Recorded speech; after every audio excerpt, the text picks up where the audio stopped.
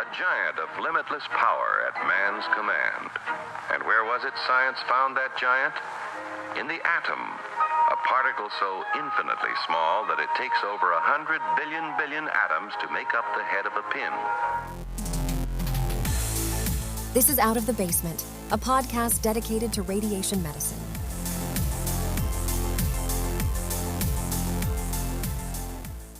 This is Dr. Jason Bechter coming at you out of the historical Vermont mountain basements in what I'm going to call Episode 1, Part 2, the Extral-sponsored miniseries on low-dose radiotherapy for osteoarthritis and other degenerative inflammatory conditions. And I decided to go with the Episode 1, Part 2 because it's a lot easier than just pretending like I'm going to be super brief and keep it at just 4 episodes and then have 10 episodes and have to go back and edit all the prior things where I said 4. And you know what?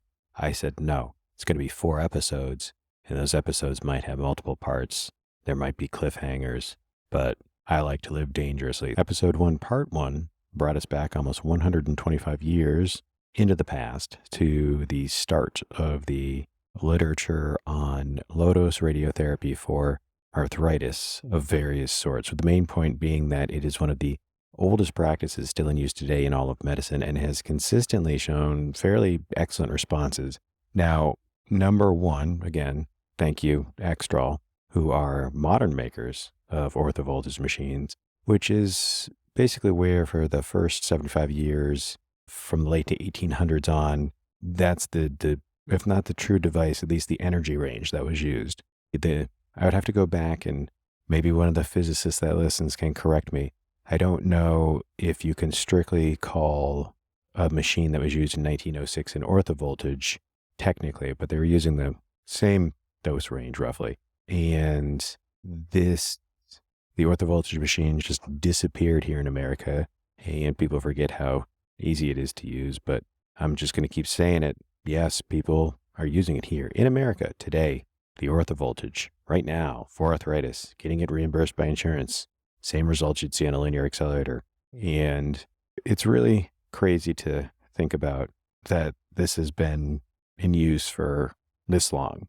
Like really, 1898, first known use of it in the literature in Europe, 1906, first known radiotherapy for arthritis here in America. And it's a long time ago.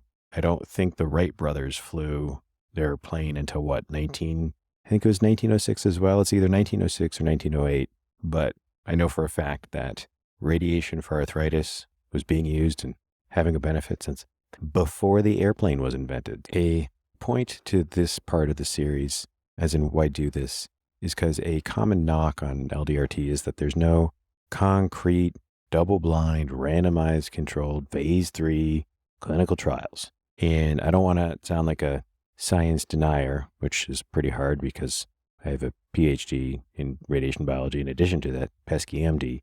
So I like science and I've done it here and again. But the gold standard of that phase 3 double-blind randomized controlled trial, it's a wonderful thing. But the unspoken, or not so much unspoken these days as not spoken about enough, about the truth about the scientific method is that pesky replication, reproducibility. And the same old people who would hold up the lack of evidence of LDRT or lack of phase 3 randomized controlled evidence for LDRT are the people who exalt things like the OPERA trial for rectal cancer. Now, I love the OPERA trial. I try to do the OPERA version of chemo-RT for TNT for rectal any chance I get because I think it's awesome, and you should be doing it too. But it's really just basically hanging your hat on one trial. Now, that's not fair, and I know that. And again, I love it and use it.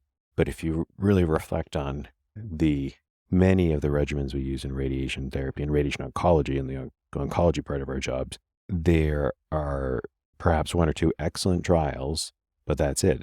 It's not like something that's been repeated over and over or replicated. And people don't seem to have a problem with that. Some people do, but we just mostly ignore them. And if you hop on over to the Googles or DuckDuckGo or whatever you like to use, and just search the reproducibility crisis in science or replication crisis in science, just see what pops up. try not to have an existential crisis, and perhaps many people already know what I'm talking about, but the double-blind, randomized phase 3 clinical trial is indeed the gold standard.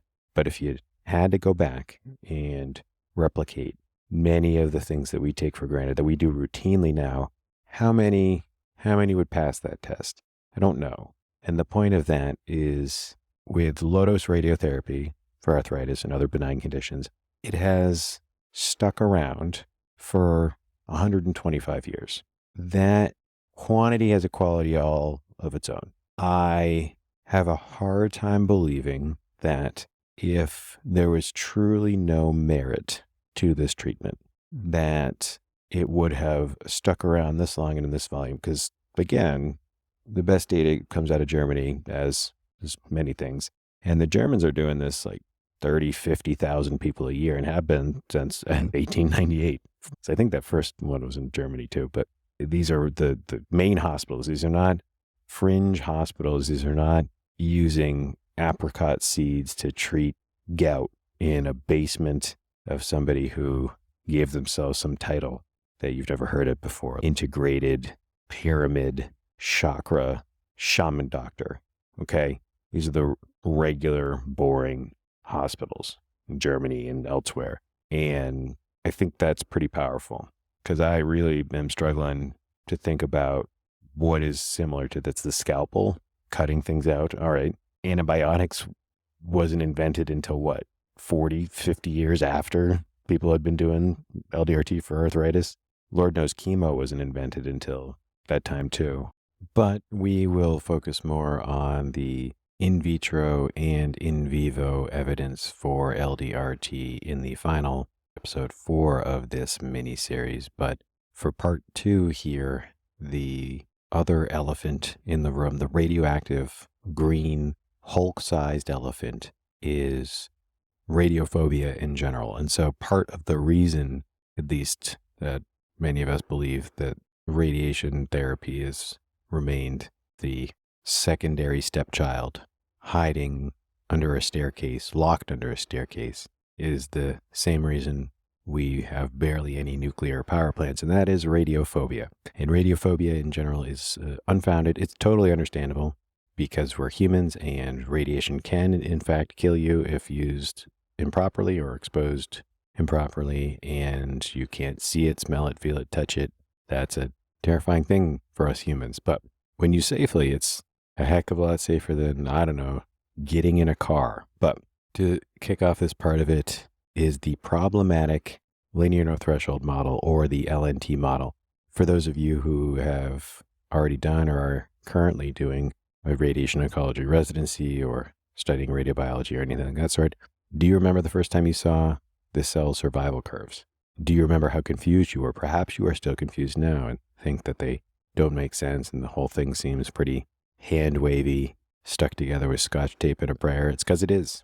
Now, I believe you pronounce his name, Dr. Edward Calabrese. I have a habit of reading this in my mind as Calabrese, and I would apologize if I do that accidentally, but he is a professor in the Pharm Tox department over there and has spent something like 20 years of his career, an aggressive amount of time and effort into this problematic LNT model.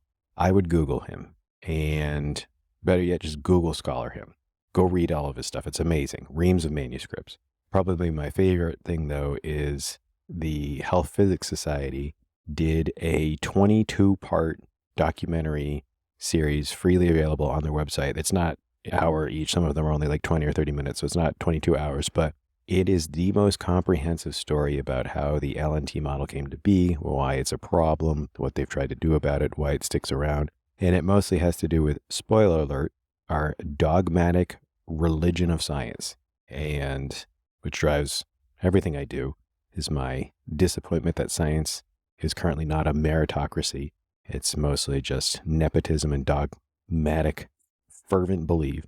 But backroom handshake deals drive the whole boat. I'm getting off track. It's going to be impossible for me to tell this story comprehensively in anything less than 15 to 20 hours. So, number one, just go read some of his papers. It's probably the easiest, at least the abstract. But really, number 2 is go watch that documentary series. I will attempt to link some of my favorite papers on this topic in the show description, but really a lot will come up if you do a PubMed search. And the story really begins with a gentleman named Hermann Muller, who won the Nobel Prize in 1946 and is really the father figure, founding father, whatever you want to say, of the LNT model. And he's a fruit fly geneticist that was back in the 20s looking at the effect of X-ray radiation on mutations and DNA changes in our good friends Drosophila melanogaster, the fruit fly. So I am going to take an excerpt from one of the many papers trying to succinctly summarize what happened here. I've recorded this a couple times because, man, does this come out dry if I just yammer on about it, but here's a reasonable summary. The LNT model derives from incomplete early 20th century experimental measurements. Hermann Muller, in his 1946 Nobel lecture, asserted unequivocally, in a stunning non sequitur, that there is no threshold for harm all the way down to 0 dose or dose rate, despite the fact that his data only extended from very high doses down to a still high 4,000 milligray, and from very high dose rates down to a still high 0.1 milligray per minute. Data gathered by Muller's colleagues within the following 2 to 3 years actually contradicted LNT. Although they failed to recognize its significance, their experimental evidence contained an unrecognized dose threshold, supporting a linear, down to a threshold, LT model, and further, contained an unrecognized dose rate dependency, also with a threshold, at least when measured near their experimental dose threshold. Neither then nor since has any valid evidence supported the absence of a threshold, LNT, or the carcinogenicity of genuinely low-dose or low-dose rate radiation. On the contrary, countless experimental and observational studies have shown that such doses do not cause cancer, but ironically help prevent it. At low radiation exposures, initial radiation-induced damage is generally repaired or eliminated by the body's adaptive responses, including DNA repair at the molecular level, apoptosis and bystander effects at the cellular level, antioxidant production at the tissue level, and immunological removal of any surviving damaged cells at the organismal level. Of course, they are talking about the dreaded hormesis, where low amounts of some sort of stress actually is positive and helps the body grow stronger. Basically saying that weightlifting makes muscles grow with progressive resistance overload, the same way that ionizing radiation can improve the fitness of an organism's cells, however you want to say that, as it's like farming. It's taking out the weeds. I don't know. Someone else come up with a better analogy. But the point being that even back then, and you can go look, this data is obviously published and you can go look at it. It's pretty clear that there's a threshold, and it's pretty clear that this is not low dose. And some people claim that there's an intentional level of deception, which based on Dr. Calabrese's stuff, that might have been true to a degree. I think it's more hubris, and it's more just like we see today. It's about chasing brass rings. It's about your careerism, about your reputation. He didn't set out to just trick people because he's a sociopath. There's a huge element of careerism, like always. And then the other people that were involved that had data that showed a threshold, it's hard. It's that groupthink. We see it now in science. This is the problem with humans and tribalism. This is just what we do. And it's hard to go against the grain. We'll return to the hormesis topic in a second, but we're just trying to set the stage here. So we have the linear no threshold model brought in the 40s, and which is basically straight up saying there is no safe level of radiation, period. Prior to this, in 1936, there was a 500 milligray threshold level, and that went away. There is no evidence supporting a linear threshold model, and they knew it then, and they know it now, and it's baked in because dogma. So that's item 1. Item 2 is things that we're very familiar with, or to a degree, and that is this perception of the idiocy of our ancestors, or we always think we're the smartest version of the humans and we know more. And just like anything else, when something is new, there's a lot of excitement around it, and the radiation is no different. And we are told about this period in history of, instead of radiophobia, of radiomania, where we just slapped radiation, anything that could take it, and it was an elixir. It was the fountain of youth. My favorite is that there was actually not only radium cigarettes, there was radium condoms, and a lot of questions about that one. Now, the most famous incident of this is the Radium Girls. And for those who don't know, that is the story of factory workers who are women who painted the watch dials of wristwatches with a special radium paint. And the brand name of the paint was Undark. So as a sidebar, my radiation advocacy nonprofit, Cold Light, is based on this. So I based Cold Light legacy on a company named Cold Light Manufacturing, and they made a paint named Marvelite. Marvelite was a radium-infused paint that glowed in the dark. It was the competitor product to the paint from Radium Girls, which was named Undark. So Undark is a really cool name. Did not want to associate with the history of the radium dial painters. Also didn't want to use the name Marvelite because I didn't want to get sued by Disney. So Cold Light legacy it is. But so these factory workers, their managers instructed them to lick the paintbrushes before dipping it into the radium paint to have more fine motor skill, to have better painting of the watch dials. Now, a couple things about this. That when I first heard about this, I remember that sounded like crazy to me. So it's radium, it's an alpha particle. It doesn't, I would kill to have a radium watch. I'm actively looking. If anyone has a lead on it, I want a radium watch. And these women developed jaw sarcomas, had a lot of health issues. They sued the company. This dragged on for many years, and then it was turned into a play called literally The Radium Girls, which I think it was a book and then a play, or a play and a book and whatever. But when I first heard this story, it's sold as our foolish, idiotic ancestors, and radiation is bad, and how could they? This is not the case at all. So first of all, they knew radiation had a lot of side effects basically immediately. Marie Curie was a pretty smart person. She knew shortly after discovering radium that it was bad news bears if you hung on to it for too long. Her husband died a lot before she did, and they both died of radiation-related things, but she lived I can't remember how old she was when she died. I think she was in her 60s or 70s, but obviously we have all heard the thing about her notebook being so radioactive that it can't be touched, blah, blah, blah, but she lived and she was a reasonable old age. But the people knew. And so just like today, there is a huge gap between the haves and have-nots, and who has the knowledge. So scientists, politicians, the higher-ups, the deep state, maybe they would say today, knew about the health effects, and the general public didn't. And so this was also the time before the Flexner Report, and at least in the beginning. And there's a lot of what's called patent medicines, which are basically snake oil or literal snake oil, a lot of quackery. But it was known. It wasn't like these people were just doing this with no idea. It was grifters, just like today. And what was happening at this factory was what we would nowadays call a flagrant OSHA violation and a crime against humanity. So the managers had these workers do this knowing that it was putting their bodies at risk, their health at risk, and they did it anyway for profit because that's what the oldest story in America. Come on. The other thing that I found surprising was very few of the Radium Girls got sick.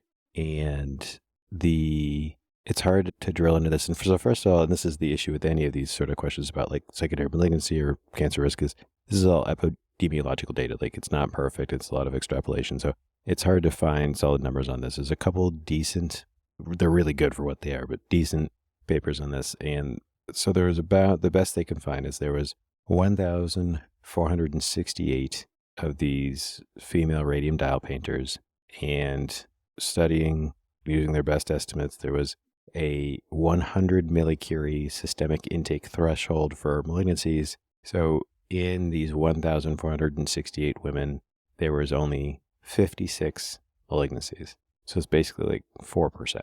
And also interesting that using the endpoint of bone sarcoma, which was the main sort of issue, the threshold dose was 10 gray, and there was a plateau basically from 10 gray of exposure all the way up to 500 gray. The incidence of bone sarcoma was the same. And I really just don't want to diminish what happened here, where these managers were insane, inhuman beasts. And I suspect that the punishment was not severe enough, but I was quite surprised to find how few incidences of cancer was actually recorded. That's in almost 1,500 women who were licking paintbrushes of radium paint. About 56 of them got cancer. Of course, in these studies like this, they could have missed cases, so perhaps it was higher. But even if it was twice as high, even if it was 100, that's not... I'm looking at the cover of the playbill right now, and it is this gnarly noir painting of a glowing green woman with half of her face melted. There's a disconnect there. But so the other high-profile case, there was a famous pro golfer who, of course, he was from Yale, those weird Yale people, and they used to sell these radium elixirs, and they're supposed to they're like Gatorade or something or other, and most people use them responsibly, and as much as you can use a radium tonic responsibly, and this Yale golfer drank like 10,000 of them, and that was bad. It's bad. So I can't remember how he died. It was definitely radiation related, but he consumed, because he had the money to buy that. So being a professional golfer, even back then, maybe that was the best sport back then, I don't know. He had the money to do this. Most people couldn't afford to ingest the number of radium elixirs, but so you have these just like today. We humans have a negativity bias. The negative things stand out to us. We're worried about those more than the positive. This is just how we're built. And this sits in the public eye. So what do we have going on here? So radiation discovered 1895, and there is enthusiastic adoption of it. And it played a pretty big role. So this radium paint, as another sidebar, was hugely important in World War I. So it coated aircraft dials, the watches, the vehicle dials. They used it in iron sights on rifles and other things. And so it played a huge positive role, but we forget about that part. And so all these things are happening at the same time. We have the Radium Girls was the early 1920s. The golfer guy was also around that time. Then Muller started doing these experiments at the end of the 20s. And so then we hit the 40s. And we hit nuclear weapons. We hit the atomic bomb used in war. And then Muller gets the Nobel Prize in 1946, and the country adopts the linear threshold model. There is no safe level of radiation. And that's the beginning of the modern era of radiophobia. And yet again, I look at the timer here and see that we've broken 20 minutes. And I'm going to attempt the impossible, which is summarize another 70 years of radiophobia and panic and concern, which is obviously basically impossible. But in the show description, I have a link to my cloud server where I have a lot of the public documents that I upload via the Cold Light banner. If you guys go to click on said link or go looking for said link and it doesn't exist, please let me know. But there are a bunch of the papers I'm referencing here and various things, because this is dense. Sometimes I forget, as we all do, just once you're on the other side of learning things, just how much time and energy and effort took into doing this. And when I was uploading those documents, I realized, wow, I might have been doing this for a few years at this point, and maybe it's not fair to just rapid fire factoids at people buried in an episode with the density of an interstellar-sized black hole. Please feel free to shoot me an email if, for whatever reason, whatever platform you're listening this on does not have the link, and we can just go with jason@coldlight.org. So the next part of this tale, I'm trying to go a little bit chronologically here, is very hard to succinctly summarize, and it definitely sounds like a conspiracy theory. The only problem being that, one, conspiracies happen literally tens of thousands of times a year, as in prosecuted by our legal system. Two, fun fact, the CIA weaponized the term conspiracy theory in the 1960s because they were tired of the public not being satisfied with the JFK assassination explanation. And you can read all about that from the 1970s New York Times article where they uncovered that CIA memo via the Freedom of Information Act request documents. But there is a lot of, again, nepotism and backroom handshakes and whatnot in science and politics, and a lot of the radiophobia can probably be laid at the feet of the Rockefeller Foundation, those pesky people who get all their money from oil. And perhaps if you have deep financial interests in oil, it might be good for you if the public is a little leery about things that could produce energy in alternative ways, like nuclear energy. And if the medicine part of things gets nicked along the way, just a little flesh wound, it's collateral damage. So here's a excerpt from an excellent paper that discusses all this. From oil industries felt uneasy about nuclear energy and took over the National Academy of Sciences. Standard Oil Company was founded by John Rockefeller in 1870, who later established the Rockefeller Foundation in 1913. The oil industry might well have felt threatened by the discovery of atomic energy. The Republican Party had forged a close relationship with the oil industry, but the Democratic Party, led by Roosevelt and Truman, governed the USA during and after World War II. When Republicans were re-elected, Nelson Rockefeller was appointed as an important aide to President Eisenhower. Mueller, in turn, had close ties to the Rockefeller Foundation. In 1954, the Rockefeller Foundation chose to finance a large project to evaluate ionizing radiation. The foundation asked the U.S. National Academy of Sciences to organize the program, which was conducted under the auspices of Academy President Bronk of Rockefeller University, also a Rockefeller Foundation trustee. The Genetics Panel of the National Academy Biological Effects of Atomic Radiation Committee was established in 1954 and was chaired by Weaver, a mathematician and director of Rockefeller Foundation. With no significant discussion, the Genetics Panel recommended the linear no threshold, or LNT policy on June 12, 1956. The limit dose for nuclear workers of 500 milligray per year, which had been in place since 1934, was discarded. The next day, the front page of the New York Times, owned by a Rockefeller Foundation trustee, reported that radiation is dangerous. Other media followed suit. Soon, several leading biologists asked the Genetics Panel to provide documentation that supported LNT. The Genetics Panel refused to do so because they never possessed relevant data. This decision was cast, and reasonably so, as an ideologically motivated choice based on deliberate falsification and fabrication of research records. Fossil fuel companies are opposed to nuclear energy even today. I gotta be honest with you guys, that's not even a good conspiracy theory.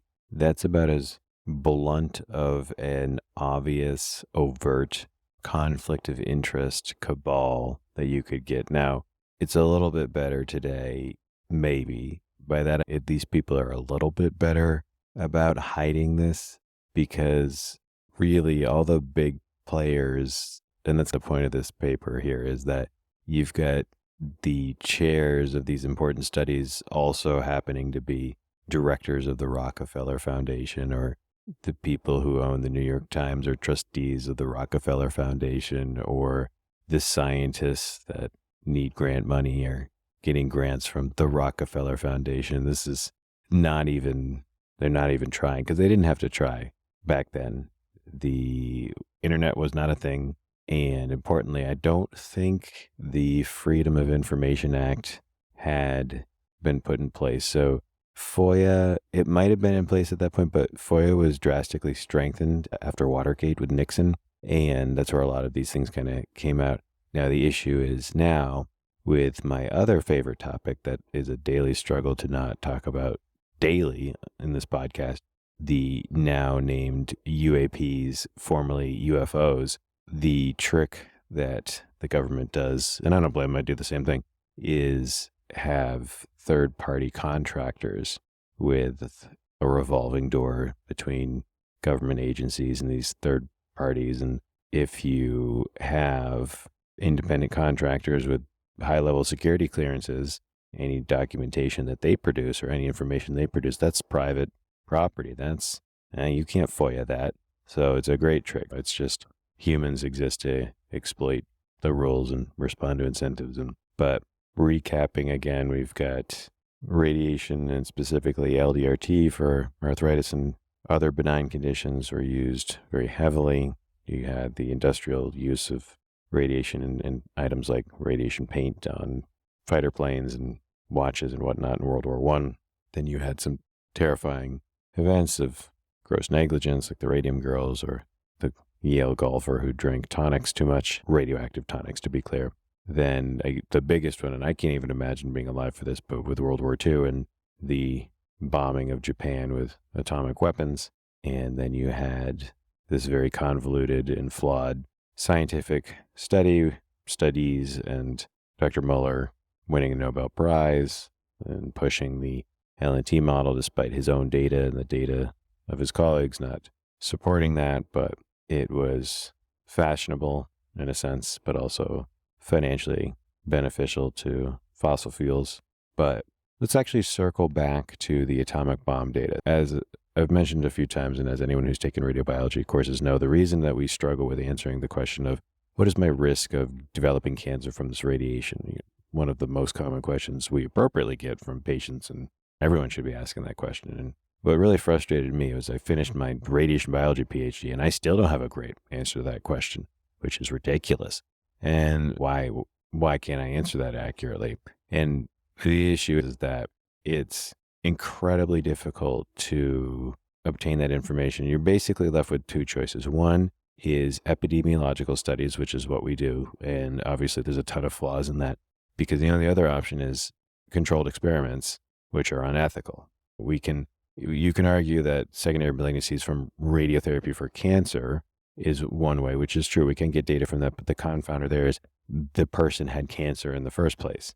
And that data is very difficult to tease out, which we'll talk about in a minute here. But so a lot of our understanding about risk comes from Hiroshima and Nagasaki. And the problem, as we found out decades later, was that data analysis was not done well. There's a lot of flaws, which shocking. Again, replicability, crisis in science. So going back and reanalyzing that data shows a slightly different picture, which is always circles back to the LNT model is fake. There is a threshold. Hormesis is not a dirty word, but I'll let this paper summarize it. The study described in the report used the data of the lifespan study of A-bomb survivors. Estimation of exposure doses was based on initial radiation, 5%, and neglected residual radiation, 10%, leading to underestimation of the doses. Residual radiation mainly consisted of fallout that poured down onto the ground along with black rain. The black rain-affected areas were wide. Not only A-bomb survivors, but also not in the city control subjects, NIC, must have been exposed to residual radiation to a greater or lesser degree. The use of NIC as negative controls constitutes a major failure in analyses of the lifespan study. Another failure of the lifespan study is its neglect of radiation adaptive responses, which include low-dose stimulation of DNA damage repair, removal of aberrant cells via stimulated apoptosis, and elimination of cancer cells via stimulated anti-cancer immunity. The lifespan study never incorporates consideration of this possibility. When the lifespan study data of longevity are examined, a clear J-shaped dose response, a hallmark of radiation hormesis, is apparent. Both A-bomb survivors and NIC showed longer than average lifespans. Average solid cancer death ratios of both A-bomb survivors and NIC were lower than the average for Japanese people, which is consistent with the occurrence of radiation adaptive responses, the basis for radiation hormesis, essentially invalidating the LNT model. And obviously this runs counter to the established narrative in this topic. And that's not really the point of this series or really a world that I have any desire to delve deeply into at this point in my life. Maybe. I probably will eventually, but I do think that there is something to the hormesis argument. it logically tracks if you just think about it for a minute. And as time has gone on, I remember even just 15, 20 years ago, this was straight up pyramid crystal woo-woo science. And there's been a lot of rather convincing and rigorous proponents of this. One of my favorites is this letter to the editor that was submitted within the last few years. It was responding to a lifespan study in Norway, and I believe it was conflating it was either socioeconomic and or urban living with lifespan, but they had some other things to suggest. The first shortcoming of this study is due to ignoring the effect of population exposures to natural and man-made ionizing and non-ionizing radiation on life expectancy. Due to the orientation of the Earth's geomagnetic field, primary and secondary cosmic rays penetrate to much lower altitudes in the polar regions, in countries including Norway. Moreover, it has been reported that Norway is one of the most radon-rich European countries. In addition, according to the Norwegian Radiation Protection Authority, while Norway performs slightly fewer radiological examinations per person than the European average, it is among the European countries performing the most CT examinations. This report also states that due to high numbers of CT scans, Norway is among the European countries with the highest radiation doses from radiological examinations.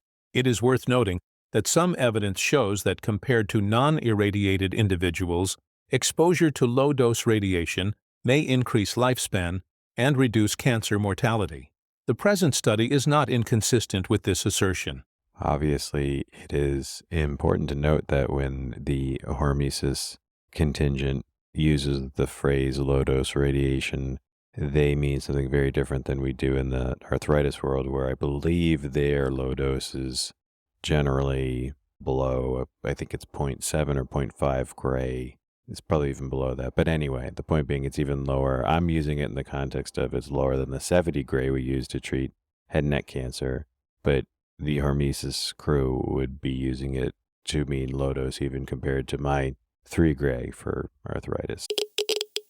But what is the point of bringing all these things up? So number one, with the first one as well, the low-dose radiotherapy for arthritis and other benign conditions has been in continuous use for 125 years and arguably increasing with the same consistently excellent results. So the spoiler is that I usually say to my patients, and you get this from the literature, about 80% see some level of moderate to excellent response. The next point is that there is a generalized culture of fear around radiation that is multifactorial. One, it is scary at baseline. Let's be honest about that. It is something that could kill you and you wouldn't even know it. If you sat down on a radium rock just in your chair, that's terrifying. It could kill you. You wouldn't even know. You just, this chair is uncomfortable. And then you find out you sat on some radium for a while. But that's ingrained. That's just something for all of us to overcome. And it is something that you have to overcome if this is foreign to you. If considering doing LDRT for OA it makes you nervous, congratulations, you're normal. It made me nervous too. Still, honestly, if turning on the old radiation machines doesn't make you a little bit nervous here and again, you might want to think about retiring. But it's just innately human, but also it has been encouraged, and I don't necessarily mean that in a conscious way, but the dropping of the atomic bombs is a terrifying thing. And then we had to live under the Cold War, and that was a terrifying thing. And we had 3 Mile Island and Chernobyl, and those are terrifying things. And then you had the good old Rockefellers sticking their nose in everything back in the 40s and 50s and birthing these grotesque LNT model that it's not based in reality, but telling you that there's no safe level, which is not true based on their own data, but certainly based on modern data.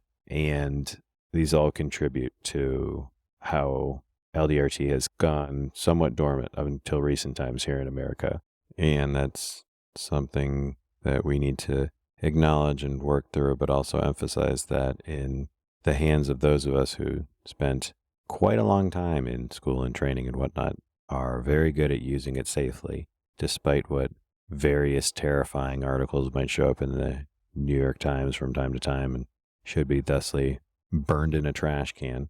But the risk of secondary malignancy from low-dose radiotherapy is apparently, based on the evidence, much lower than even quote-unquote regular radiotherapy. So when patients ask, I usually tell the people receiving the oncologic doses of radiotherapy are 50, 60, 70 gray, that while we can't be sure, I would estimate that perhaps their risk of secondary malignancy due directly to the radiation is maybe 0.5 to 1% over their baseline. And that's a best guess based on aggregate. But pretty much always, I don't recommend radiotherapy unless I think the benefits outweigh the risks. Always, almost always always in the cancer space, that's worth it. But in the LDRT space, there does not appear to be any evidence in the entire history of radiation for anything less than 10 gray causing cancer. Now, that might be a crazy thing to hear, but a couple points to back that up. Number one is that for decades, we as a global people used to perform something called nasopharyngeal radium irradiation, or NRI. And it was very widely used from 1940 through 1970 to treat ear dysfunctions in children and military personnel. This was stopped basically because people got scared about the cancer risk. They did this to shrink the swollen tissues in the nasopharyngeal cavity. So as we might remember, those of us, I'm probably the last generation that remembers how common tonsillectomies were, but this was just a thing they used to do. And so they would insert a radioactive compound through the nostril into the nasopharyngeal opening for short periods of time, and thus there would be radiation exposure to salivary, thyroid, and pituitary glands, as well as the brain tissue. And this was done not just in the United States, but also Canada and parts of Europe. And here's the important part. In the United States alone, it is estimated that there was between 500,000 and 2.5 million children and at least 8,000 military personnel treated with nasopharyngeal radiation. And obviously, children are considered to be the most vulnerable in terms of radiation-induced malignancies. Now, this report that I'm reading off of was published by our government, by the U.S. Department of Health and Human Services, the NIH, and I think this was published in 2010. But so they irradiated, just America, they irradiated at least 500,000 to 2.5 million children, arguably unnecessarily, with radium jammed right into their throat.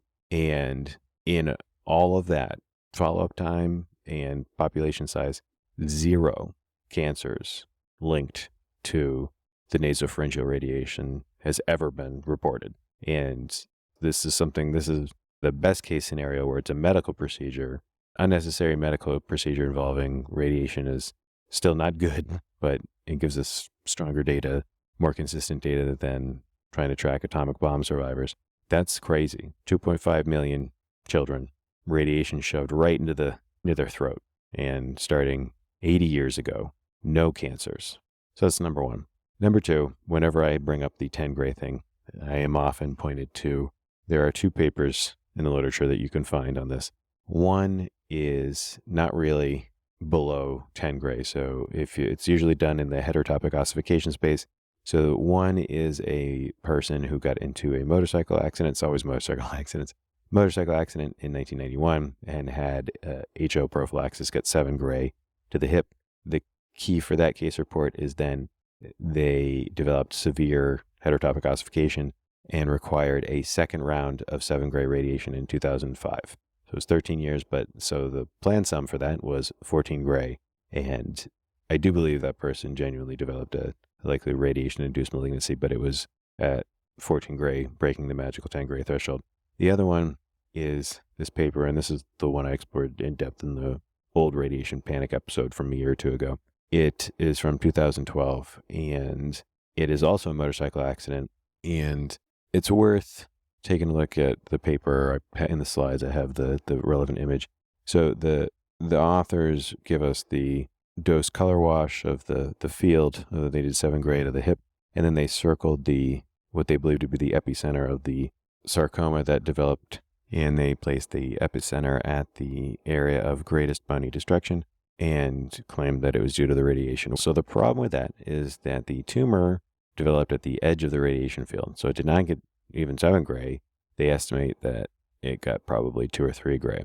And interestingly, though, it appears that the epicenter of the sarcoma was around the screws that were placed from the broken pelvis from the motorcycle accident. And it's like literally circled around the hardware. So the key part, this is a very doctor move if you read this.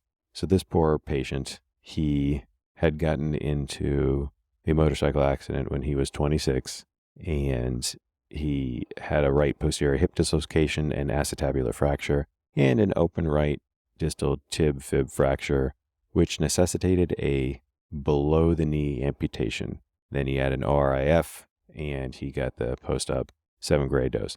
So the authors write, the patient tolerated radiation well, and then they go on to say, he did have multiple revisions to the base of his residual limb over the years for episodes of poor wound healing and necrosis, but otherwise had an uneventful course until 3 years after radiation when he presented with a shooting painful neuroma of the right BKA stump and femoral nerve palsy. So he had to go under another stump revision, a neuroma excision, and intramedullary replacement of the nerve endings. And then 7 years after that, he developed a sarcoma. So here's the pesky thing. Chronic inflammation, chronic wounds can undergo malignant transformation. If you guys remember from the step 1 days, Marjolin's ulcers. So things like Marjolin's ulcers, which that's because I think Marjolin was a army captain in the Civil War, I believe. We don't do eponyms anymore, but anyway, so some of these things like a chronic venous ulcer has a 21% chance of undergoing malignant transformation. So I think this is pretty wildly obviously a case of malignancy from wound and necrosis and multiple surgery inflammation.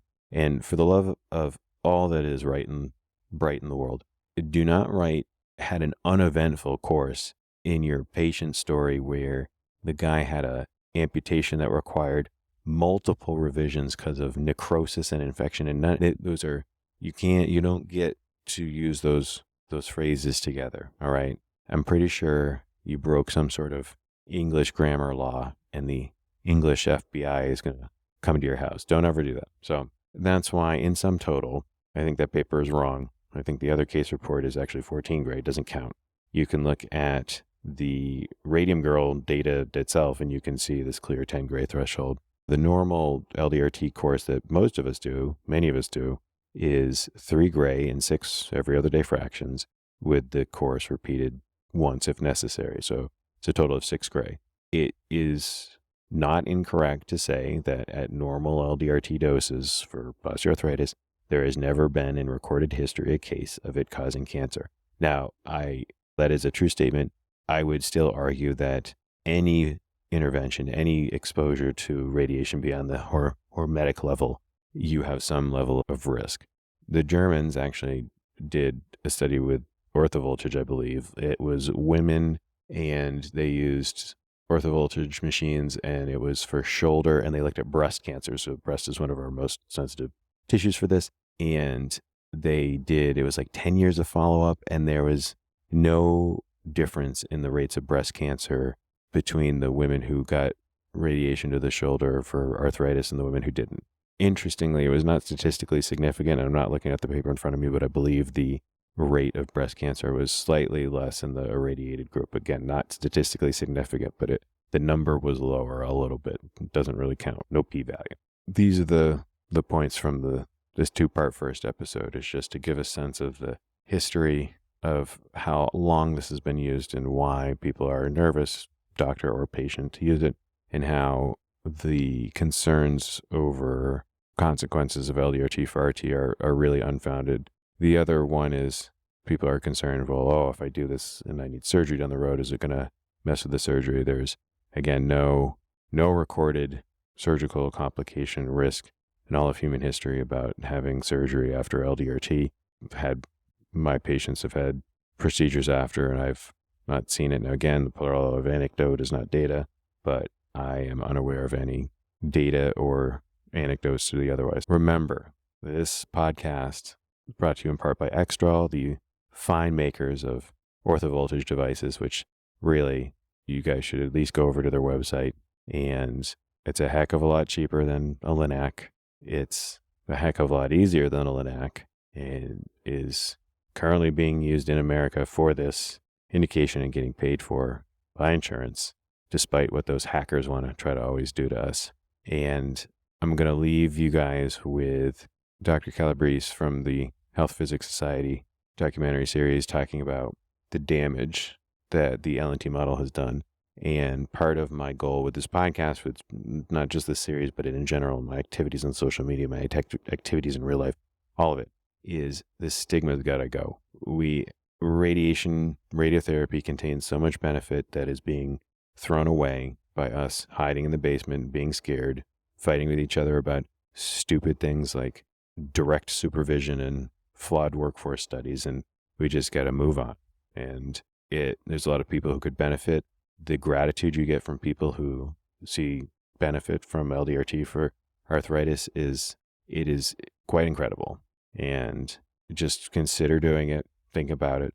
You've got 125 years of history at your back, cheering you on. And at the very least, if somebody besmirches the good name of radiation, fight back. After all we've heard about the underlying science, underlying the dose response model that's been used in this country, all the flaws in the science, all the work that's gone on to support a theory that doesn't appear to be supported by science, why should that matter to us? What are the impacts of that policy as a society? The impacts of LNT within society are pretty pervasive. And they work from government all the way to the research community, to the education community, to political frameworks, and to how the media frames questions and so forth. It's very pervasive, and it works on fear, and that's a real issue. It's very easy to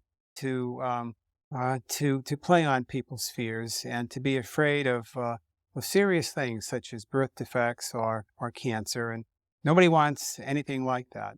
And so it's an easy thing to get people to get worked up about and to blame others about. Does it cause us to make poor decisions?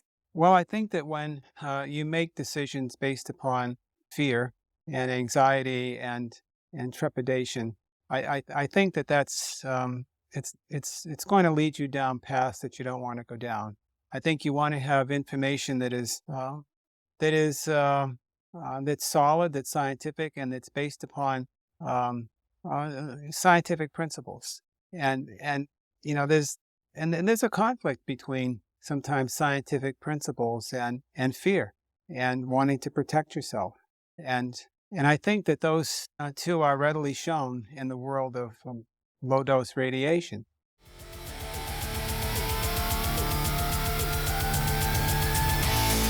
This has been a Photon Media production.